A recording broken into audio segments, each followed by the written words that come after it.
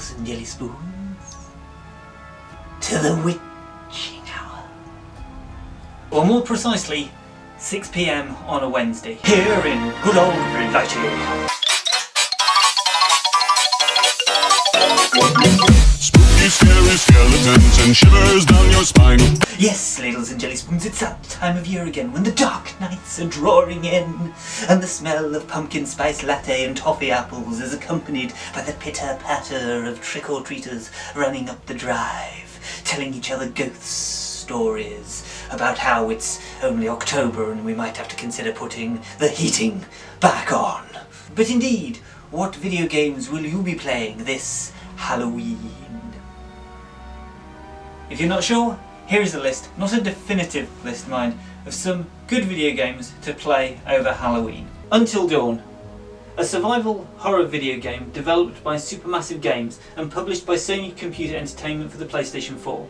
It was originally scheduled for release on the PlayStation 3 and was to feature Move Control support, but in August 2014 the game was reintroduced as a PlayStation 4 title and was released worldwide in August of 2015. Set in Western Canada, Until Dawn centres around a group of teenagers who decide to go on holiday for a night in a cabin in the woods. Until Dawn is possibly the most recent video game on this list, for good reason. It is a good game to play at Halloween. Generally speaking, it's actually a very good game anyway, but I have a slight confession to make. I've never actually completed the game because every single time I've played it, it's usually been around Halloween time and I've had like a group of friends around and we've just decided to kick back, not take it seriously and come up with random things to do. It is really one of the games that I think if you played it seriously with the lights out in a darkened room with some headphones on and tried to make things atmospheric, it would actually be quite a scary game to play. There's plenty of jump scares in it for things like that, but personally I really enjoyed playing with a group of friends,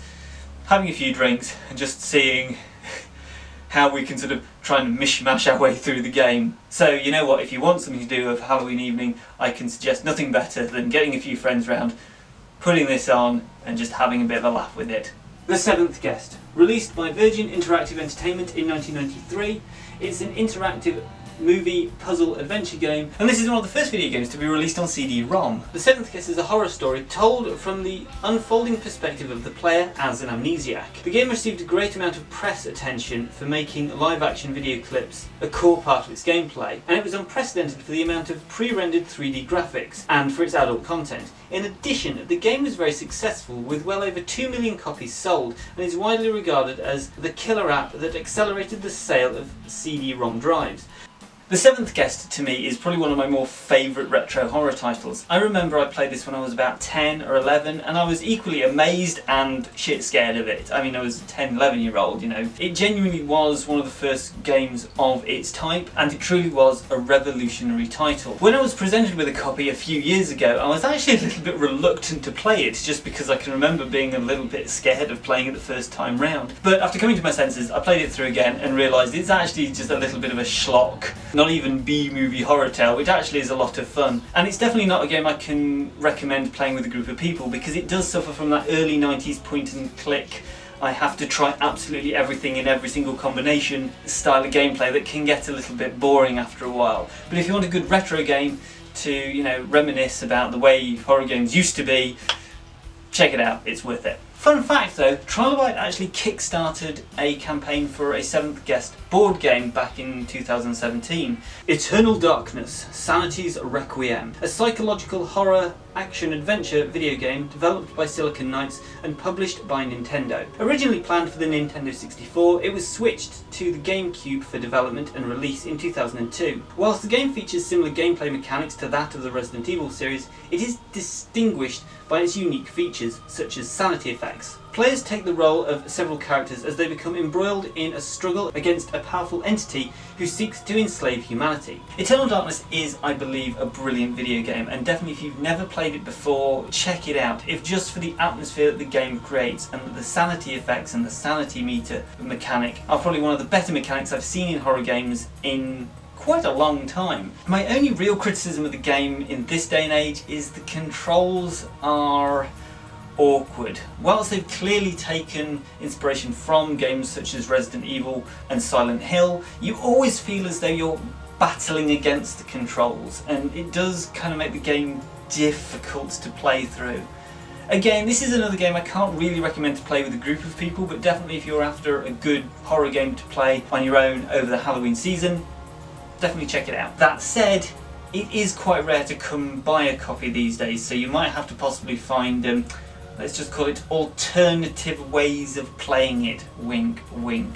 Don't let on to Nintendo. Phantasmagoria, a 1995 point-and-click adventure horror video game designed by Roberta Williams. It tells the story of Andrea Delaney, a writer who moves to a remote mansion and finds herself terrorised by supernatural forces. It was made at the peak of the popularity of the interactive movie games and features live-action actors and footage, both during cinematic scenes and within the three-dimensional rendered environments of the game itself.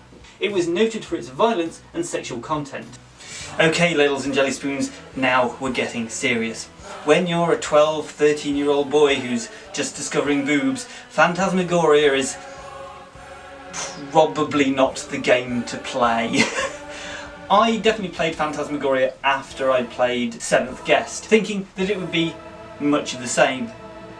Boy, was I wrong. Phantasmagoria is today, in some respects, still as terrifying as when it came out in 1995. Whereas back in 1995 a lot of video games were getting heat for being overly violent or having a lot of gore in them, Phantasmagoria definitely has a lot of both, but also has a certain amount of sexual content, which, okay, yes, by today's standards is quite tame and no one's really going to bat an eyelid at it, but back in 1995, genuinely a little bit disturbing, especially for a 12 or 13-year-old to be playing.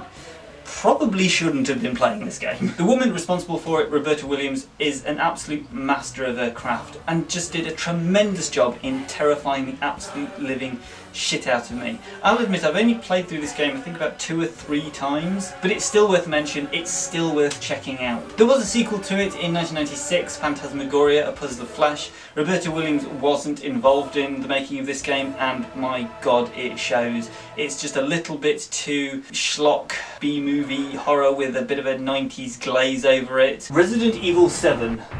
Biohazard, a 2017 survival horror game developed and published by Capcom.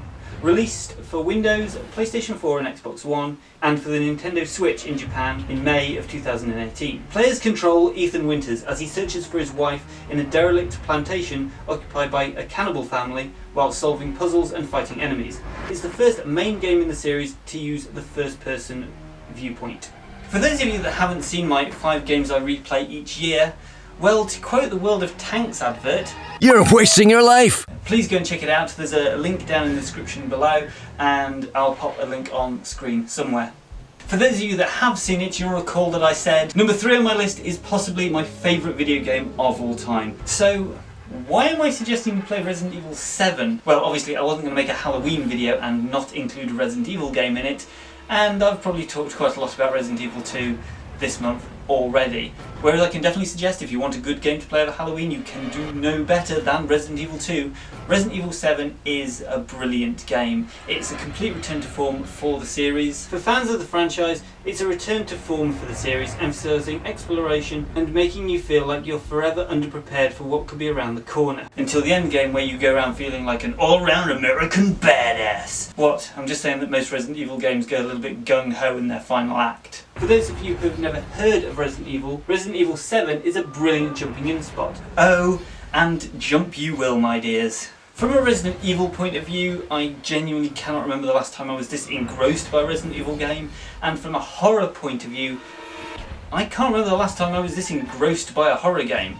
Until Dawn was all very good, but I knew immediately that it was going to be a game that I was going to play with a group of people. Resident Evil 7 equally works as a game you can play with a group of friends, having them round for Halloween drinks and whatnot, or again you can play it by yourself and be very, very immersed in it. If you have the opportunity to play this game in VR, definitely try it out. This is possibly the one game that I would actually say VR is kind of worth it just for this experience. So there we have it, ladles and jelly spoons, a selection of video games that I think are worth checking out over the witching month of October. Please let me know if you agree with the list or if you disagree with the list. Maybe I've missed out your favourite horror game. Pop it in the old description down below.